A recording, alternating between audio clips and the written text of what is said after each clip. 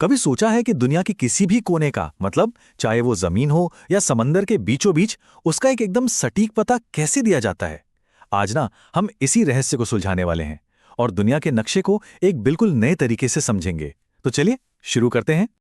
जरा सोचिए, कोई इंसान एक विशाल समंदर के बीचों बीच फंसा है। चारों तरफ सिर्फ पानी, कोई सड़क नहीं, कोई लैंडमार्क नहीं।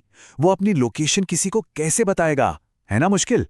बस यही वो सवाल था जिसने हमें एक जबरदस्त ग्लोबल एड्रेस सिस्टम बनाने पर मजबूर कर दिया।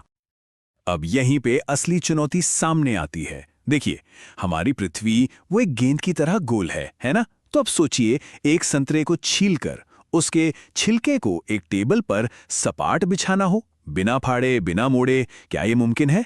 नहीं ना। बस यही वो पहेली है जिसे नक्शा बनाने वाले यानी कार्टोग्राफर सदियों से हल करने की कोशिश कर रहे हैं। तो इस बड़ी पहेली को सुलझाने के लिए ना चलिए सबसे पहले इसके सबसे बड़े टुकड़ों को समझते हैं। यानी हमारी धरती पर जो विशाल जमीन के हिस्से हैं और जो गहरे समंदर हैं, पहले उन्हें जानते हैं। देखिए, हमारी ये जो दुनिया है ना, ये 7 बहुत बड़े जमीनी हिस्सों में बटी हुई है। इन्हीं को हम कहते हैं महाद्वीप या कॉन्टिनेंट्स। और ये सिर्फ जमीन के टुकड़े नहीं हैं, बल्कि यहाँ अनगिनत संस्कृतियां और तरह तरह का जीवन बसता है।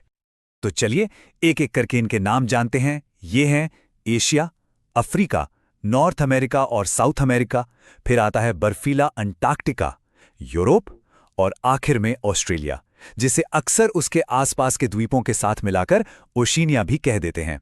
तो ये हो गए हमारी दुनिया के 7 बड़े भूभाग। अब इन महाद्वीपों को चारों तरफ से घेरे हुए हैं 5 विशाल महासागर। वैसे तो इनके नाम अलग अलग हैं, पर मजे की बात यह है कि ये सब असल में एक ही हैं, एक दूसरे से जुड़े हुए हैं। एक बहुत बड़ा ग्लोबल ओशन जो हमारी पृथ्वी को वो खूबसूरत नीला रंग देता है। और ये हैं प्रशांत महासागर यानी पैसिफिक ओशन, अटलांटिक, हिंद महासागर, दक्षिणी यानी सदर्न ओशन और आर्कटिक महासागर।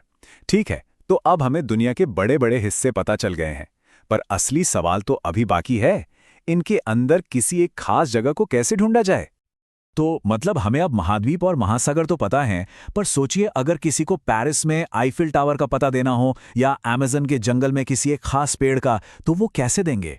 सिर्फ अमेज़न बोलने से तो काम नहीं चलेगा, है ना? बिल्कुल, सिर्फ नामों से काम नहीं चलने वाला था।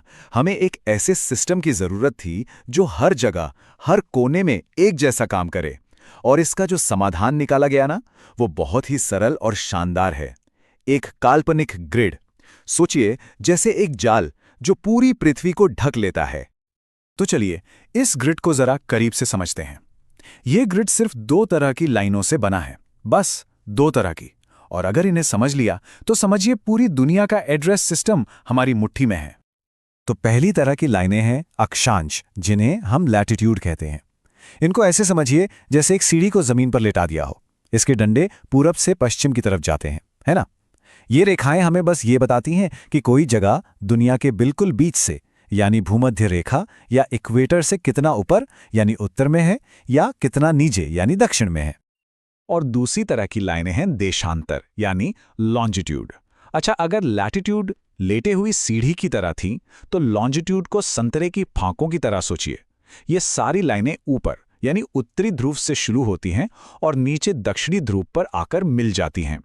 ये हमें बताती हैं कि कोई जगह एक मेन लाइन से, जिसे प्राइम मेरिडियन कहते हैं, कितना पूरब में है या कितना पश्चिम में।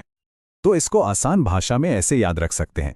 लैटिट्यूड यानी लेटी हुई लाइनें, ये एक दूसरे के समानांतर चलती हैं, कभी मिलती नहीं, और ये उत्तर दक्षिण की दूरी नापती हैं।